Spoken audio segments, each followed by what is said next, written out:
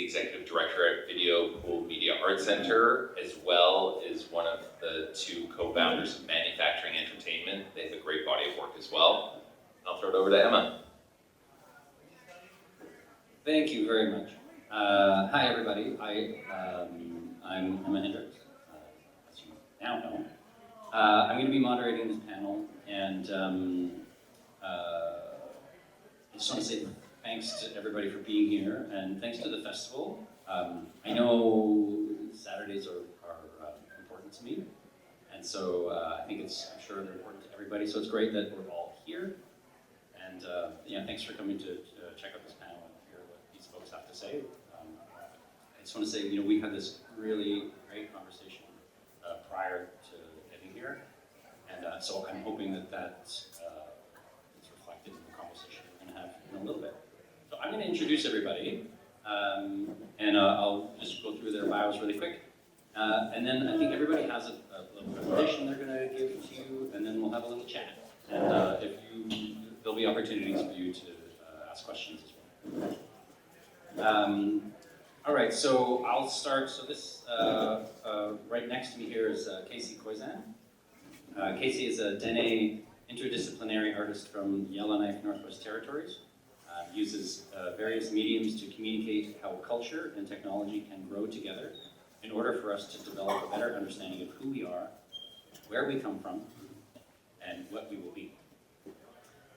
He creates with whatever tools necessary to bring an idea to fruition, and specializes in sculpture, installation, 3D, VR, AR, 360, video, and audio works, such as music, soundscapes, and film scores.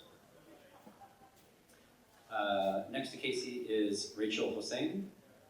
Rachael is a co-founder and chief creative officer at Flipside XR, where she oversees the development of all aspects of art creation and visual direction. And I grabbed just a quick little, for anybody that doesn't know, Flipside XR is a small team full of passionate creators, developers, and technologists who are empowering others to express themselves through content creation in virtual and augmented reality. And then, on the far end over here, Erika-Jean Lincoln. Erika-Jean has worked as an independent media artist for the past 23 years. She's also a board member of the Arts Accessibility Network Manitoba, through which she advocates for accessibility within new media arts. She has exhibited her work internationally in museums, galleries, and festivals, and has been awarded numerous grants from the Canada Council for the Arts and the Manitoba Arts Council.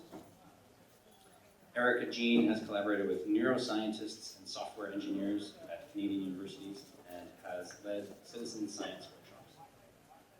She lives in Winnipeg, Treaty 1 territory, which is entangled with the Mississippi Migratory Flyway, on the bed of an ancient glacial lake, at the northern limit of the monarch butterfly's migration, 300 kilometers from the geographic center of Turtle Island. So that's the team here. Do we have an order for the presentations, or can we just...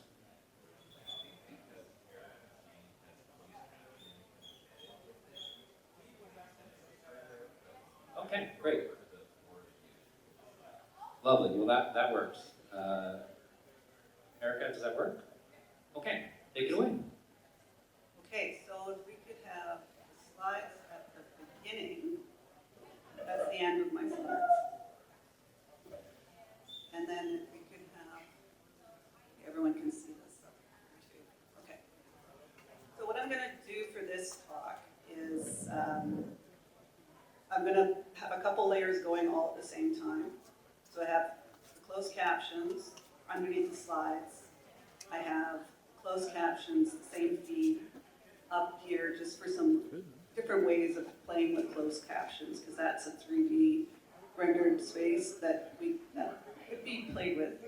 On the slides that you're seeing, there's purple text. That's the alt text coming out of this PowerPoint presentation. So I let the automatic alt text decide what the images are. And then the black text is my text. So, where am I going to start? I think I'm going to start, I also have notes. Because I'm someone who has I kind of call myself neurodivergent. I have some learning disabilities, I have some memory things, so what you're gonna find is I'm gonna get lost. I might stop and then ask, what am I talking about? I have notes and I hope everybody can follow along with me and we'll make this work, okay? So what I decided to do with this harnessing, what is harnessing technology and how we can harness technology. One of the things for me is I cannot harness technology. I always find technology a very difficult thing to deal with. And some of the reasons why that is because there's these embedded things going on in how we design and use and teach technology. So what you see on the screen here is a VR. You hear that? Oh, okay, it's just me. I'm hearing things. A VVR piece I did in 2009, and VVR, I meant it's virtually virtual reality, but it's not really virtual reality because it's if anybody was here at the beginning of the talk with Fabio's history of VR and immersive pieces, immersive technologies, we always have this clunky headset, and so these are motorcycle helmets. And one of the artists that inspired me for kind of playing with these sort of immersive spaces, just a second, I'm gonna cough. And I have to remember to breathe as well, was Shar Davies. And I don't know if anyone is familiar with Shar Davies. She was making virtual reality works in the 90s. She's a Canadian artist. And she ended up developing a company called Softimage. And she made VR pieces in a cave, which is what we used to call the 3 projection system that placed you in a space as opposed to the headsets. And her works were, you wore a vest to navigate this landscape of trees. And as you breathed, as you took a breath, you would move through the space. So if you inhaled, you'd move up, and if you did, and you exhaled, you'd move down. So everything wasn't this sort of brain, eye, ear centering. And so a piece like this, I was sort of playing with the idea of messing with those sort of technologies and that experience. Next slide, please. So this is the internal images that you would just see, and basically they're just flipped landscape photos that you could navigate. I was working with Max, actually I still do, Max MSP Jitter. And you can see what the alt text AI says is it's a close-up of a mountain and a group of windows. So go ahead, next slide please. Okay, so another kind of way of working with technologies is immersive interactive work that I do, sort of more of an installation-based work. And this is a rover that you could drive. This is shown at Video Pool, I guess 2006, 2007. And you got to drive this rover remotely, and there was a camera on it, and all those LED lights just hung, and it fed a signal, the video signal to the screens. So next slide, please. So this is a close-up of the screen, and you can see that it got sort of because it was wireless camera, the signal had a lot of interference, which actually made it, for me, a little bit more interesting as a piece of sort of navigating a space and moving through a sort of space. So and you can see that the alt text thinks it's a bat wing. So next slide, please. And so this is a work that was more about some of the hearing, auditory processing disorder that I have, where the neural knot that you see basically is a brain knot, and all the winding and unwinding of threads sort of is narrative of how I hear sound. And I'm thinking about sort of making work accessible. I have on this piece a platform, and you can see Yvette. Yvette's an artist in the city here, and she also works with MAWA, and she's an educator, visual arts educator. And she's on a platform for a transducer sounds transaction. And so the idea was that let's use sound in a different way, and how can we translate a sound into motion, and whether or not through sensing sound through your body. So next slide, please. Here's just a few more pictures with some alt text. Not too bad, but it's very vague. What I found is a very vague kind of ideas. Or, oh, please check my, I'm too. Okay, next slide. And this is a 3D scan of that knot. But apparently it's food. Okay, here, next slide, please. This is the latest piece that I've been working on that I just showed in Brandon at the Art Gallery of Southwestern Manitoba, and Casey was also in that show. It just closed last week. Yeah. And so this is I started investigating AI and sort of these ideas of what, and I'm interested about the next panel about how we're going to talk about AI and minds and training minds and using minds. Because in some senses, AI has been touted as similar to humans and machine learning and decision making, but at the same time, I think AI is a bit neurodivergent in its own self. So it'll be an interesting conversation as we go on, and of course everyone's working with generative images and sound, so it'll be an interesting sort of way to see how we interpret all this sort of stuff. And I think one more slide, I think. Oh, more. Okay, thanks. That's the end. I'll leave it there.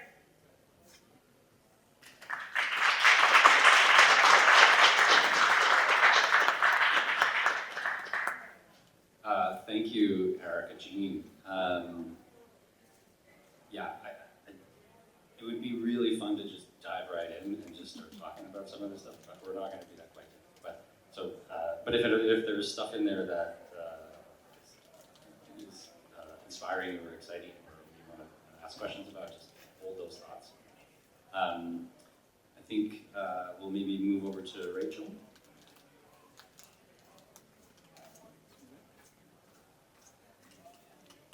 Awesome. Hey everyone, I'm Rachel. I'm a multimedia designer, formerly trained in digital media technology and motion graphics.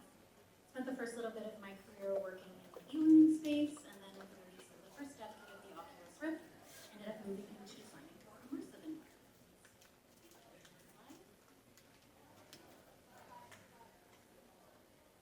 So about 10 years ago, I co-founded Flipside XR, then known as the Campfire Union, and we make an app called Flipside Studio, and it lets you create real-time animated immersive content for in-VR viewers, and you can also capture the 2D output of your spatial recording for your audiences outside of VR. At Flipside, I lead all of our art development, so very lucky to work with a talented team to create all of our in-app sets, characters, and props. Also do a bunch of our conceptualization work. And I'd love to show you some of the projects that are part of our software. Next slide. Oh, perfect. So this is live from the 8th dimension. It was a show produced by Capping Studios, about 7 seasons, just under 50 episodes, and they did pre-recorded and live stream content made in Flipside Studio, then streamed out to their interactive viewing platform, Capping TV. And on the next slide, we have Pixels, which is an animated improv that's created in collaboration with a live studio or a live theater audience. You may have seen it at one of the past Fringe festivals or improv festivals put on by 2 very talented improvisers, Katie Curtis and Stephen Sim. So in their show, they are in front of a live audience. They're taking in suggestions to craft a show while in VR headsets in Flipside Studio, with the animated portion of what they're doing being projected on the screen behind them. So very cool show if you got a chance to see it. And in our next slide here, we have the Unknown Comedy Club. This is a comedy troupe based out of Montreal, and they do corporate Zoom shows in Flipside Studio. So they've done events for companies like TELUS and Samsung and TD, and they also do a ton of stand-up comedy and super fun project. This is a classical implosion. So it was a co-production that we did with a company called Banco, based in the UK. So over the course of about a week and a half, we had a theatre in London that had performers that were performing with actors and crew that were in Canada being piped in through multiplayer.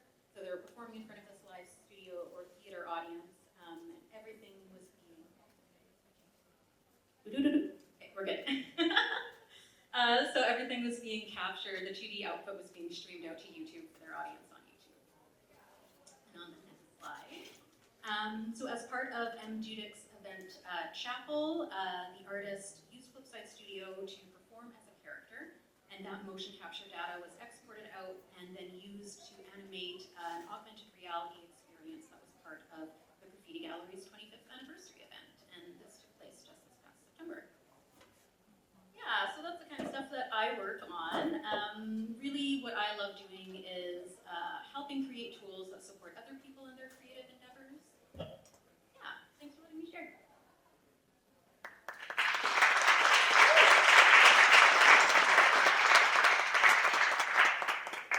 Thank you, Rachel. That's really great, and I really appreciate how your role in helping other people to get to make the work that they want to make.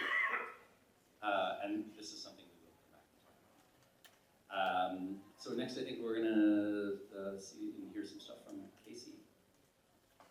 Hello, my name is Koyczan. Within my presentation is just a bunch of still imagery. So there's my Instagram there. Check out some of that. But I'll just dive right in. Quick and dirty presentation.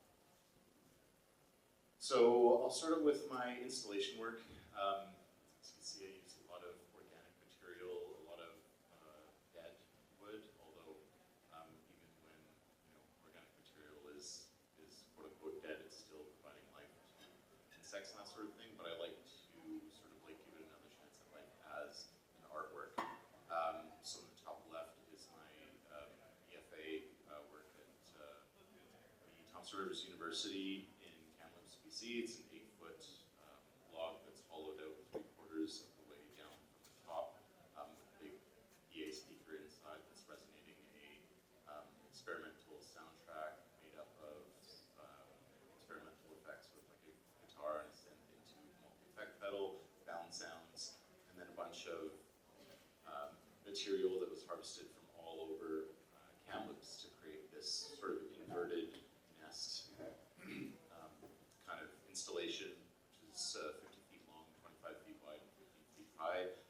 I allow myself to acquire inspiration from anywhere and everywhere. I don't really have like a linear sort of formula for how I create. So the initial inspiration for this piece was the scene in Alien, when Ripley enters into the xenomorph wings layer. It's like birthed all these eggs and stuff. So that was the inspiration for that. And then right next to that was a piece that I was commissioned for the Insurgents Resurgence exhibit at the Winnipeg Art Gallery in 2017, called Gone But Not Forgotten, in tribute and honoring the people, all people, that have been retrieved from the Assiniboine and the Red Rivers, trying to bring more attention to this issue that's happening. Bottom left is an installation called Sedze Time that was created for the Send and Receive Festival in 2020, held at Video Pool, creating this kind of organic sort of sculpture made up of a bunch of different pieces of driftwood. They're kind of fused together to give it this kind of like alien kind of looking sort of weird thing. There's a 360 LiDAR camera or scanner at the base of that hanging object there that scans the room and picks up people's proximity to the sculpture, and there's a soundscape happening within the installation as well, and where you are within the space kind of influences the soundscape. The bottom middle is my MFA work. I did my MFA at the University of Manitoba, and this piece is called Connected Apart from Each Other, is made within the And it was kind of like a matured version of my BFA installation, where instead of one hollowed out log, I have 5 hollowed out logs, which was a lot of work to bring to fruition. And then there's 5 scanners, LiDAR scanners within each of the logs that are picking up the proximity, and each of the logs is playing soundscape. And because this was done within the pandemic, someone's reaction to my Sets A Time installation at Video Pool, they mentioned to me that it was somewhat special to them because it made them feel like they were taking part in ceremony, because within the pandemic, we weren't able to do that. We weren't able to join each other for drum dances or ceremony and that sort of thing. So for my MFA installation, I wanted to take that one step further, where it felt like you were taking part in ceremony, even though it was like an installation work. So each of the logs has a bit of like chanting, dene drumming happening, and other sort of soundscapes. Your proximity to the logs are also triggering the visuals, which are made up of a lot of scenery from the north. Each of the scenes has binary code kind of embossed into them, which are binary translations of what are called the Dene laws. And it's these 7 laws that we kind of like abide by as Dene people. Pretty basic sort of stuff. Treat people with respect your elders, try and help people as much as you can, that sort of thing. Because a lot of my upbringing was away from Yellowknife. So I had to learn a lot about my culture through digital means and online resources and that sort of thing. And then the final piece is the current work that was also in the show alongside Erika, called Past in Time. And for that, I did a lot of LiDAR scans of trees and other pieces of driftwood and that sort of thing, and then kind of like brought them to life via animation and experimentation within Blender. So you can go to the next slide, please. So these are kind of like scenes from each of those 4 LiDAR scan experimentations. So on the left you have, I call it Galaxy, just kind of envisioning a galaxy made up of entirely of wood. So that's basically what that is. The next one is called Being, and because LiDAR scans really just gets the outer part of an object, I really wanted to activate the inside of the object. So this is kind of like the tree's blood, or their like being, their essence, what they are. The next one is called Preservation, and it's basically like this tree being preserved by digital means within the future, so that we can kind of look back and sort of make sense as to what our environment was like. And with a lot of these, I chose to keep in a lot of the flaws that were happening within the scans. Say at the top of them, the further you are away from something when you're doing the LiDAR scan, it kind of meshes things together. So there's pieces of the sky that are kind of embedded into that. But as I try to live my life quite transparently, I decided to put that in there. And then next is one called Life. It's basically like this inversion of physics within another sort of universe or dimension, where there's water flowing throughout the object and going up into the sky. Next slide, please. So these are a series of walk cycle works called Koyczan, Walk in a Circle. These are being shown within just a room over there. And these are sort of like reimagining indigenous materials, arts, crafts materials, life materials, that sort of thing. So at the top left you have Ancestors, which is sort of a reception of hand hide, moose and caribou hide, really sort of acknowledging a lot of our ancestors that were really hard on us, but for a good reason, because they wanted us to be good people growing up. Below that is a piece called Antler, made up of moose, caribou, and deer antler. It's got kind of a menacing, horrific kind of soundscape to it, but that's what I was going for. To really contrast that, the next one over is Tufting, which is a sort of activation of moose and caribou hair tufting. And it's really different. The 2 middle ones are really different from a lot of the work that I do, because usually a lot of the stuff that I make has a dark aesthetic. So when I released these 2, I got a lot of messages from people just being like, dude, are you okay? Like,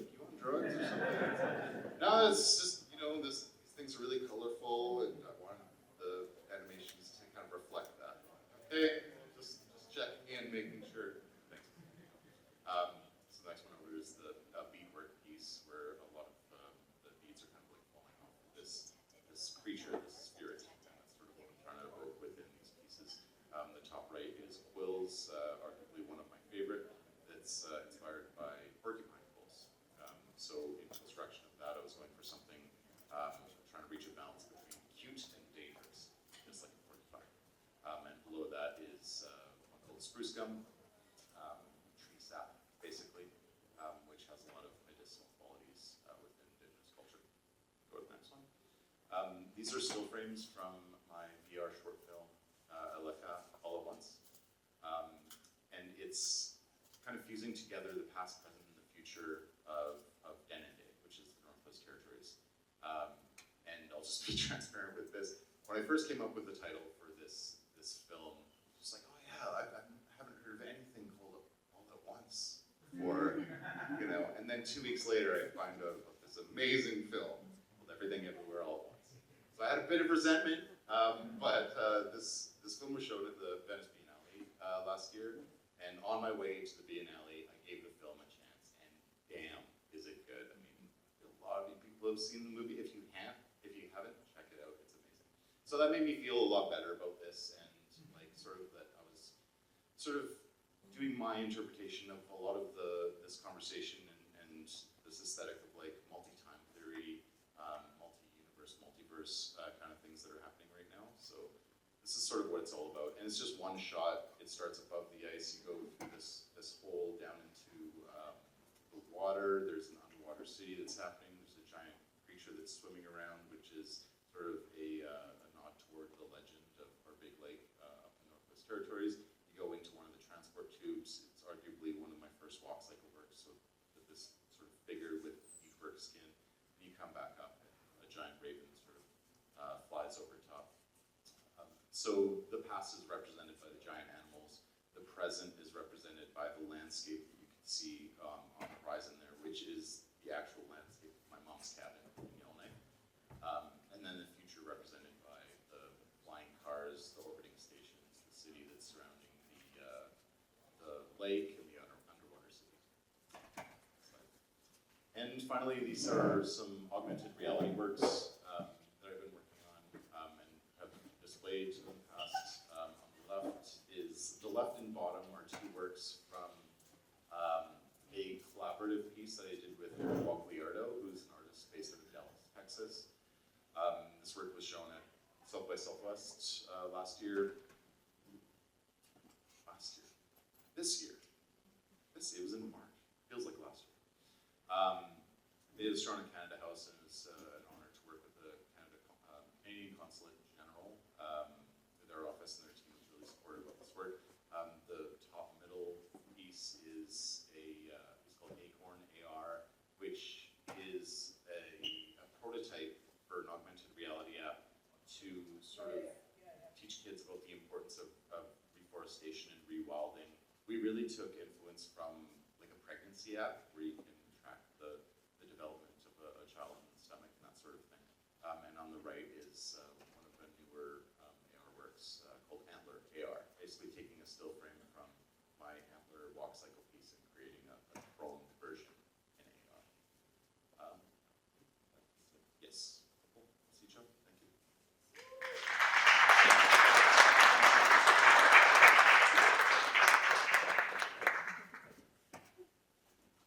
Amazing. Thank you, everybody. So as I mentioned, like, we had this really great conversation, you know, prior to coming here, and so we talked about a whole bunch of stuff, and so they had all this stuff prepared. And now watching all of this, I'm going somewhere else, but just briefly, just for a second. I want to talk about because I'm looking at all of this, and I'm listening to all of you talking, and your approaches and the things that you're doing, and then I'm just struck by the different approaches and the different ways that you are approaching this world building, this interactivity, and this immersive quality to all of the things that you're doing. I'm wondering if you could just talk a little bit about, each of you could talk a bit about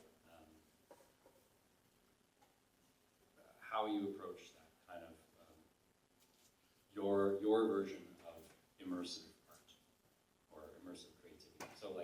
In other words, you know, I'm looking at all your stuff and I'm like, wow, this is the interactivity here, the immersiveness here.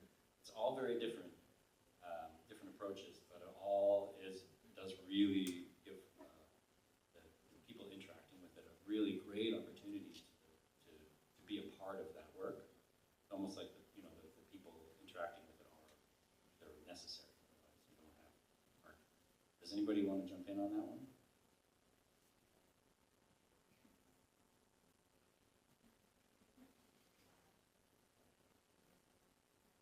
Yeah. There we go. Anyone else? Want to put their mic on? I've forgotten the question, sorry. Yeah, just your approach and your interest in immersive tech or your art. Yeah. I guess for me, it's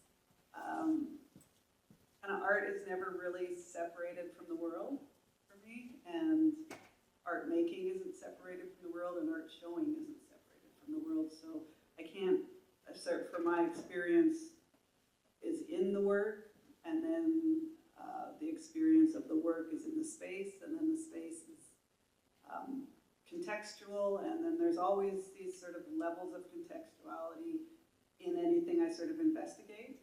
And so as I sort of work through things, I'm sort of inundated with all of this contextual stuff and sensory experience, and I kind of like it, even though in some ways it's sort of cross-sensory, where, you know, I'll sound and I'll hear something and see something, and it doesn't really work in a sort of, it's not a picture, but it's a sensation, and it's really sort of focused in the body. So I think what I'm trying to do with a lot of the work is trying to recreate that sort of experience of that sort of enveloped sensorial experience.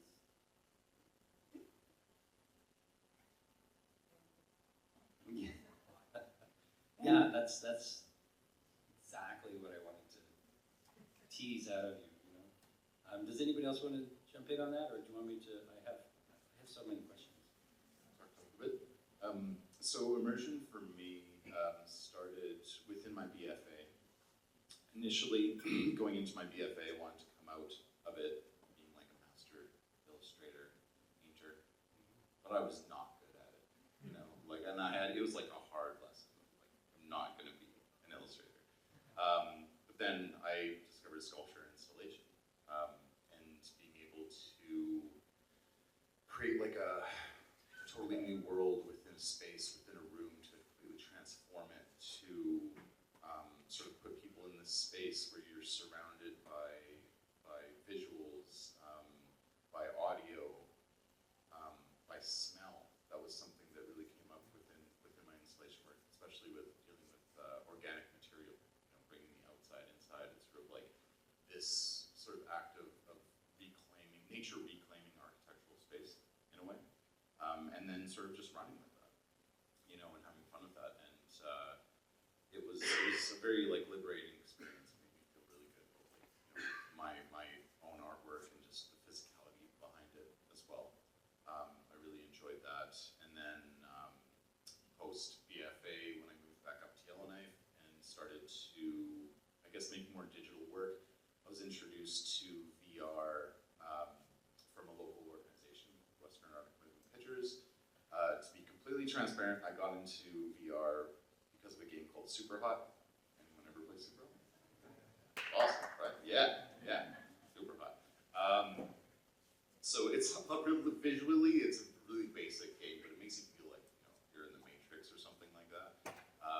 So after playing that for a while, a long time actually, like it was kind of wild. Like, I've never had a video game where you can like handfully pull muscles in a video game, but it's like that does it. It can do that. But the people lending me the VR headset, because I needed a gaming laptop and like an HTC Vive back in the day, and they influenced me to try out a program called Tilt Brush. So immediately I started to create with Tilt Brush, being in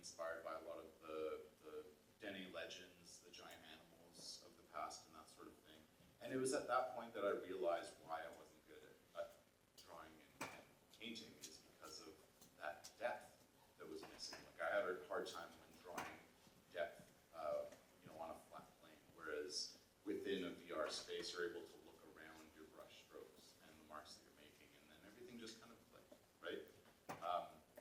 So then from there, moving on to Gravity Sketch, which create a lot more control, more detail within the models with like lower polygons, being able to like model with nerves and that sort of thing, allowed for more of an accurate translation into Blender, where then more of the texturing and sort of like physics and animation can kind of happen. And what I really enjoy about immersive, like the digitally immersive stuff, also the installation, but with digital immersion, a lot of what I create is based on like storytelling, even though there's no dialogue, but in regards to a layout all at once. You're able to put someone right in the middle of your story rather than, on a plane. And that freaks out a lot of people. Like the father of my godson will never put on a VR headset. Like, oh, that's how they get you. They're gonna scan your eyes and stuff. It's like, you have a driver's license, dude. Like, come on. But it's exciting because like so many things are translated a lot more in a VR space or an immersive space, like scale, binaural sound. There's a lot of other technologies that are coming up within VR and that sort of thing. But it's really powerful in that sort of regard because you can make people feel things a little bit differently, and maybe more engaging in that sort of regard. So within just the slides that I showed of the Rachael all at once, like those animals don't look very big, but once you're in a VR headset, you can see kind of like how big they are and get a sense as to how big they were and the sort of like locomotion that happens when you kind of dip below the ice is kind of, some people get kind of weirded out by that, but that's also another thing that you can kind of bring to fruition with an immersion is this really like sensory experience. So it's a lot of fun. Yeah, amazing. And you really get that sense from your work too, like, and both in the that virtual realm, but also in that physical realm, which I think is really interesting how that translates. Rachel, did you want to talk a bit about that? Yeah, I guess for me, a lot of my work in the immersive space is in the context of what I do for my job. So really my approach is, I always try to take like a real world approach, find environments or like events or spaces that are laid out really beautifully, that kind of tease you to go from one area to another area and take those as influence into crafting out immersive environments. And then try to add all the like fantastical stuff that you can't do in the real world. So take from like what's created and what works, and then kind of add on all the beauty of the new technology that you can create these like, wackadoo experiences that you can't do in real life, but that the hardware kind of affords you to do. Right, and so you're really giving creators an opportunity to explore some of the creative aspects of what they might be thinking about without having to sort of dive in and build everything from scratch. Yeah, exactly. And also like situating people in an area where they feel comfortable and confident, because like Casey was saying, some people just do not want to get into VR for whatever reason. So kind of starting out at a common spot where people can feel comfortable, then letting them kind of explore and climatize to all the new things that you can do. Yeah, that's amazing. Thank you. Thanks everyone. Before I just want to make sure that I'm going to open it up in a second. I just want to, because I'm listening to some of this and I'm thinking about how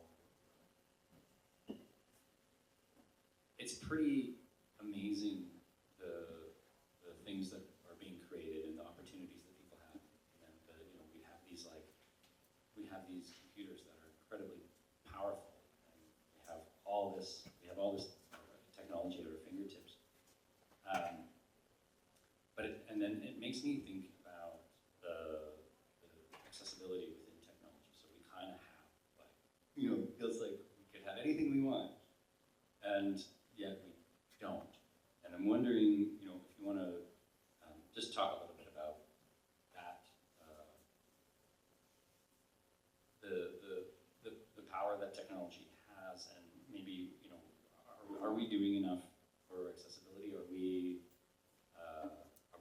we falling short, given that, what we have available to us? And I know, Erika, I know that you're on the board of Arts Accessibility Network, so maybe you want to jump into that one?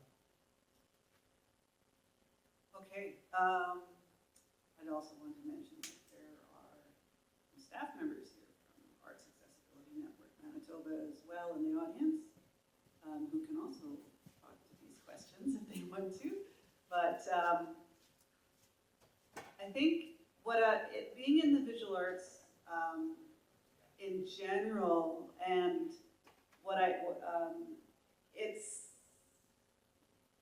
it's a question that's always been sort of left as an afterthought when it comes to designing an exhibition or designing your artwork or hanging your artwork or having a big show with the building, like can you navigate a building?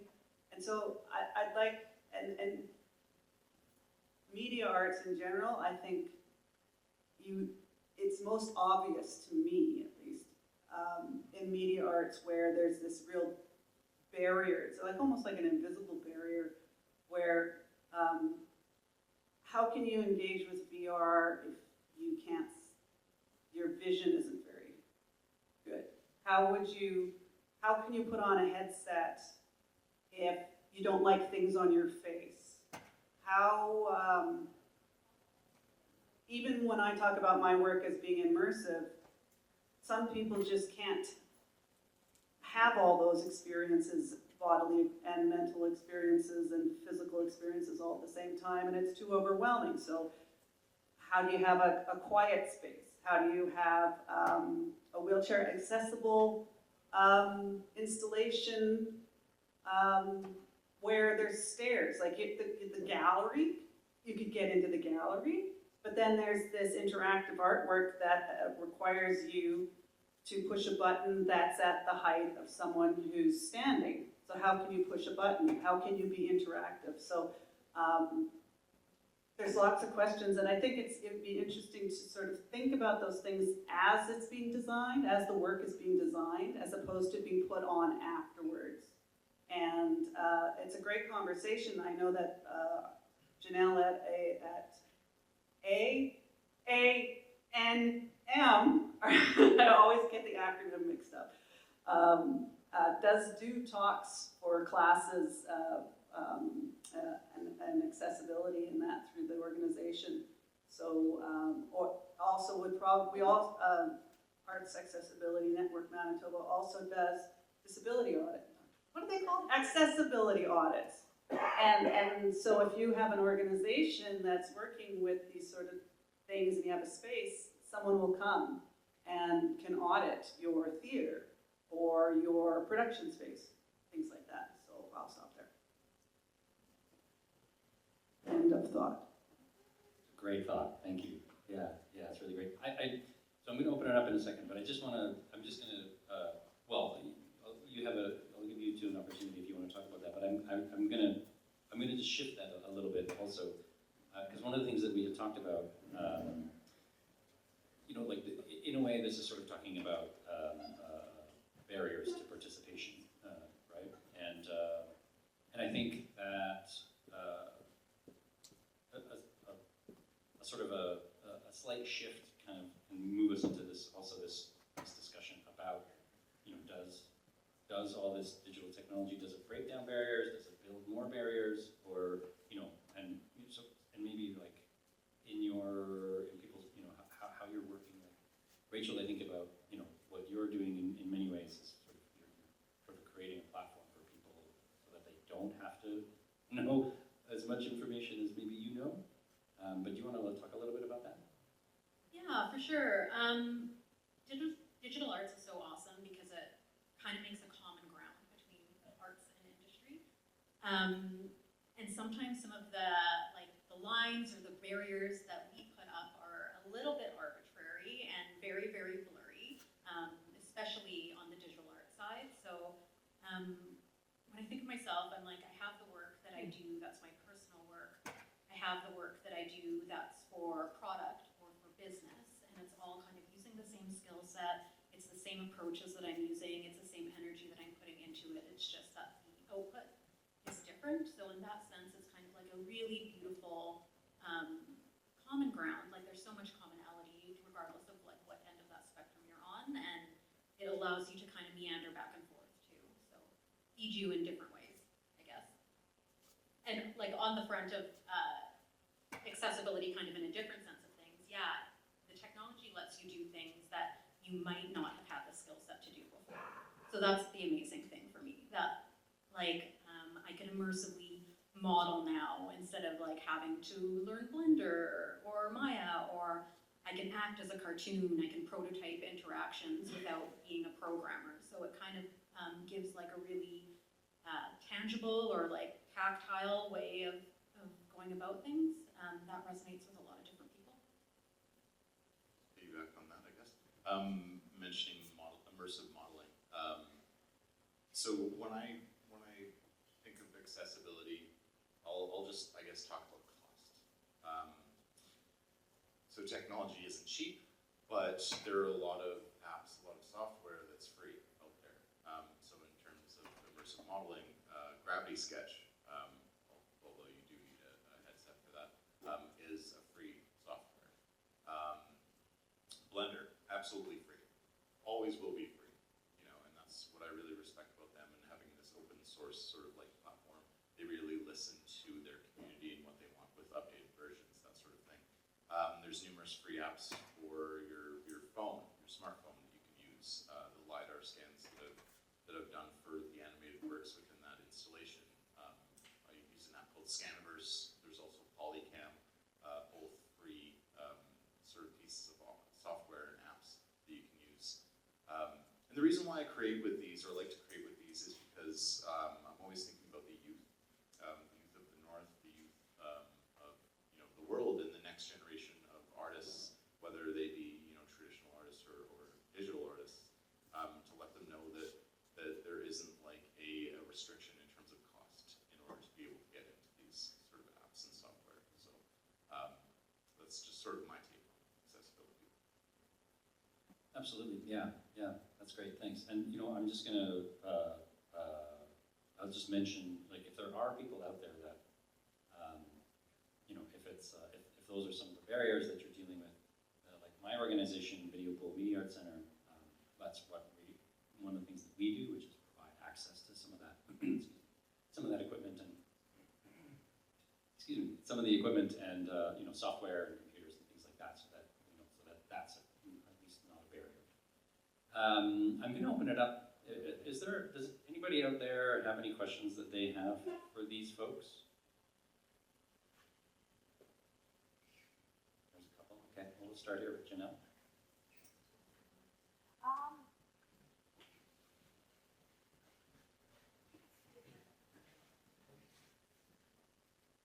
Hello. So my question actually is for Casey. Because a lot of Indigenous work and stories are orally told, I was just wondering what's the reaction within your community to present these stories, if you have, in a virtual world, if that translates better versus a written story within your community? So in the North, especially where I'm from, we're a little behind the times, so like VR isn't necessarily a prolific thing in Yellowknife. I just recently had a solo exhibit up there, which was the Walk Cycle Works of my VR film and augmented reality works, and it was the first sort of exhibit up there featuring these sort of technologies. Mind you, our gallery just came to fruition this year, the first gallery of the Northwest Territories that's recognized by the Canada Council of the Arts, and it's 2023. I'm glad, but it's also just like, now, come on, But the reaction has been quite positive, and I'm really thankful for that. since I started to create with this sort of like digital lens and immersive lens revolving around like my indigenous culture, I've always been wondering what my elders think, right? And so when I first started to create in Tiltbrush, that was the thing that was in the back of my mind.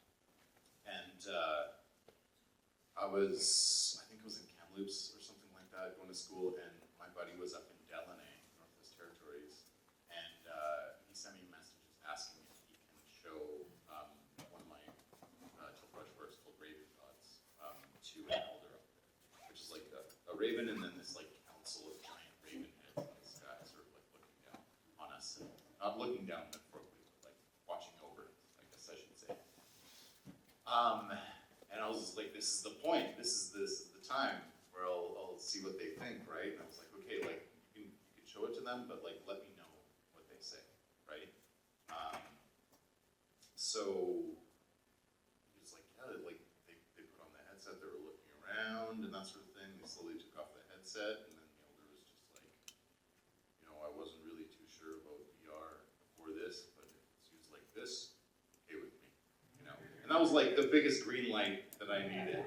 Like, you know, people can talk shit about my artwork all they want. This guy in Delaney said it was okay to work like this. So that really made me feel a lot lighter in my like my approach to storytelling, that sort of thing. But all of my works come from a place of respect.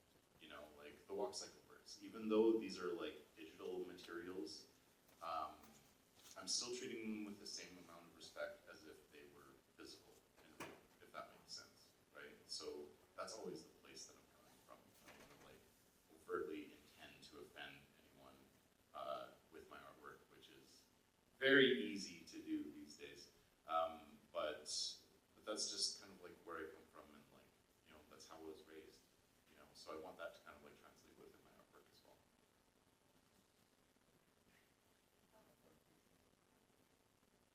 The walk. Yeah, me too. That's why we're going to be showing another one here this winter. Oh yeah. Yeah, it's going to be big. You'll see it. You won't be able to miss it, I promise. James, do you have a question? Thinking of funding, Thanks. talking about funding models, specifically, art tends to move 1,000,000 times faster than funding bodies. Can you talk to any challenges you've faced presenting innovative new works that might not have existed prior to your conception to art bodies and juries, and getting them to go, oh, I see this, here's some money, or any times it hasn't worked out, or how you work around those obstacles?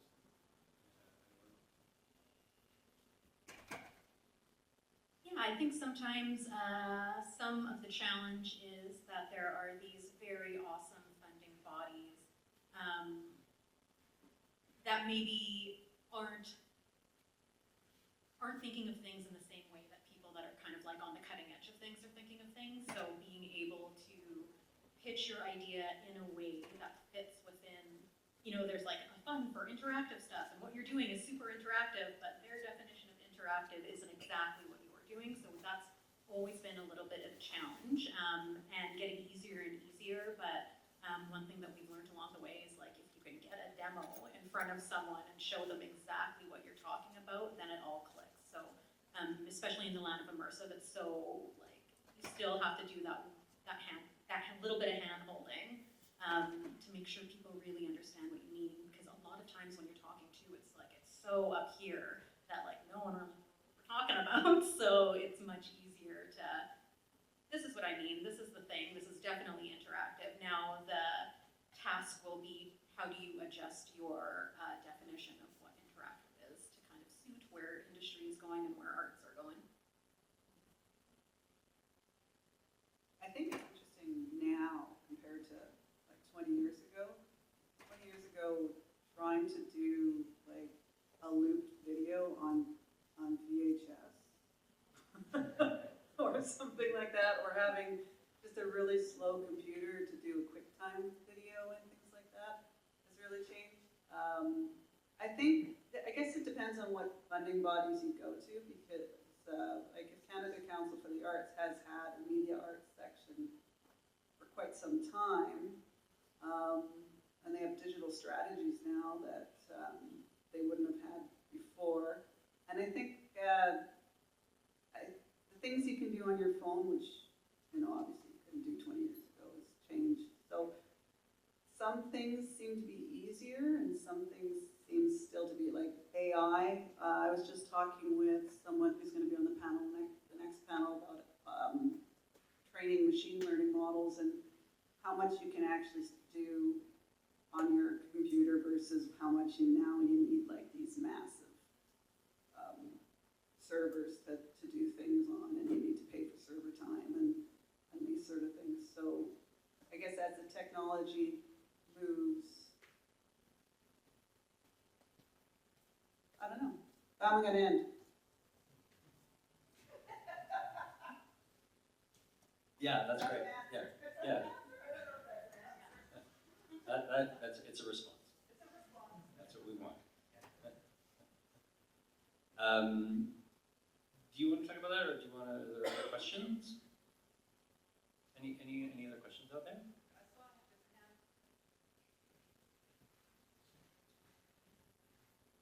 Hi, I'm Casey, Erika, and Rachel. We've seen a lot of applications in VR and augmented reality, in video games, and pilot stations and stuff like that.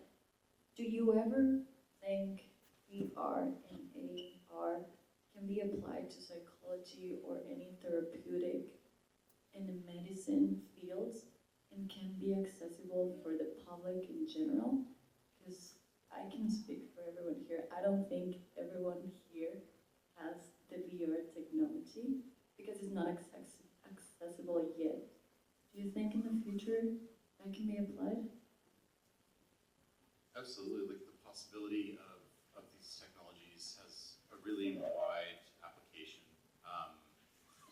Naturally, within VR, I tell people I use VR, and automatically they're like, "What games are you playing?" And it's like, well, I don't really play games. It's more of like a tool, because people always like refer to a VR headset as a toy. It's like, this is a tool, so contributes to my artwork and that sort of thing. But that's like, what people assume automatically, right? But I've seen VR being used for therapy. In some ways, like one example that I can think of is this this older woman was really struggling with depression because they weren't mobile anymore, right? And someone created this, it was either a video or an animation where they can put on a headset, and it replicated the town that they used to ride their bike through as a child, and for them to be able to relive that memory and give them the sensation or the feeling of being able to do that again, just made her feel so much better. Didn't necessarily cure the depression, but really helped out in a lot of different ways, so that's like one sort of form of mental health and that sort of thing. Also, like training, I've seen some VR and AR applications for people training within the medical field. How like surgeons using VR to practice their surgeries and that sort of thing. So I can really see it being taken to new heights within health in general, and to sort of not necessarily move away from gaming, but just to open up these technologies to a lot more of a wider use rather than just gaming. Gaming's fun, it's great, it gets kids interacted, people interacted, but there's a lot of other uses for it, more important uses that we can maybe advance as a society in a more healthy way. There's the U.S. military, I think it's U.S. military, is working, their veteran hospitals are using VR for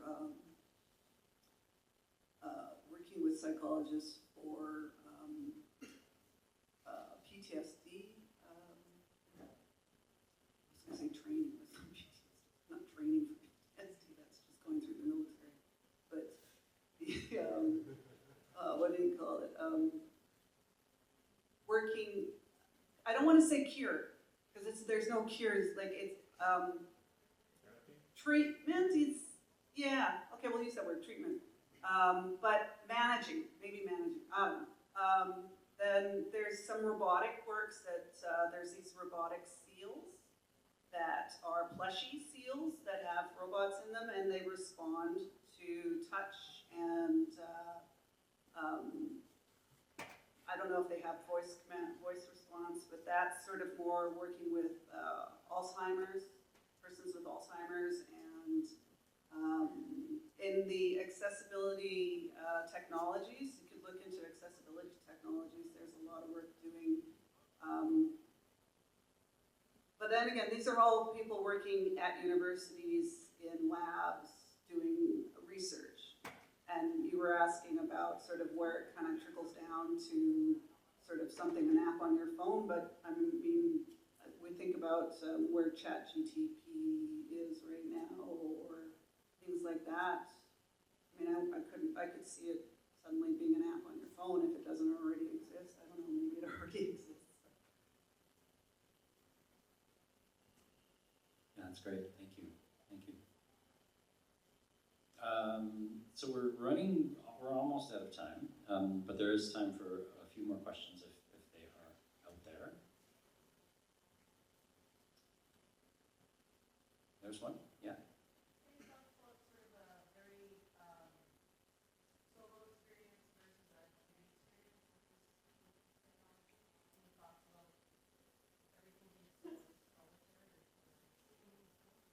Did everybody hear that question, or do you want me to repeat it?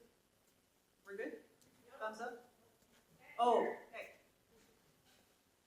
Any thoughts about the individual experience with that VR, etc., promotes or assists in having versus a community or communal experience?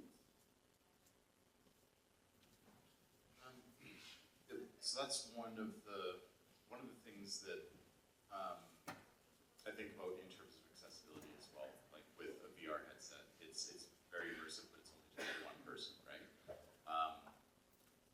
However, that format, that like immersive format, which is basically like a 360 video, or unless it's like more of a video game with a game engine, that can be translated to other sort of mediums, like a 360 projection within a sort of like a dome projection. A 360 video would work great in this room.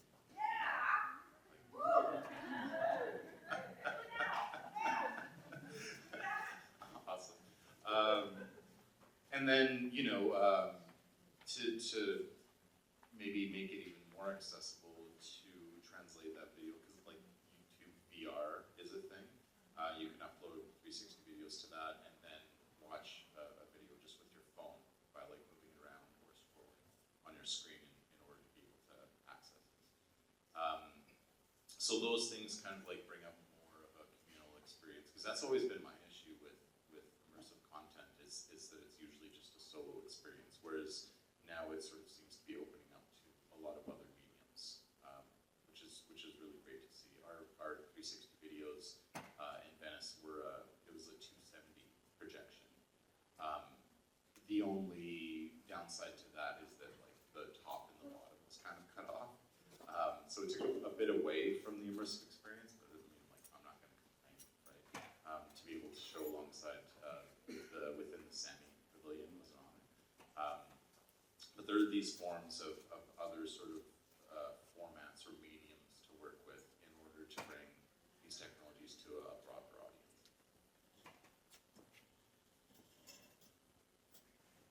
Thank you. Did you? That, yeah, so around like bringing people together, for me VR has been like the closest thing to being together. So it's a way to like see other people in the digital realm, sometimes represented just as they are in real life, and you can share an experience and not have to be in the same place. You could be on total like opposite sides of the world, but still be in the same environment, see each other, emote, hear each other, and kind of like have, like it allows us to have these more communal experiences that feel very real. Whereas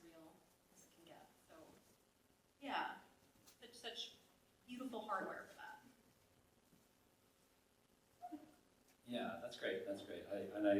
I really appreciate all the different perspectives, in kind of in approaching some of these questions and trying to find our way through what some of the, not necessarily the answers, but the responses and the ideas around how we're using these technologies. I think I'm going to close it up there because I think we're out of time. But I would like to thank all of you for coming and participating and listening, and Erika, Rachel, and Casey, thank you so much for sharing your thoughts, ideas, artwork, skills, all of that stuff. And thanks to the festival for having us, and to this lovely space. And yeah, they'll be around, I'm sure. So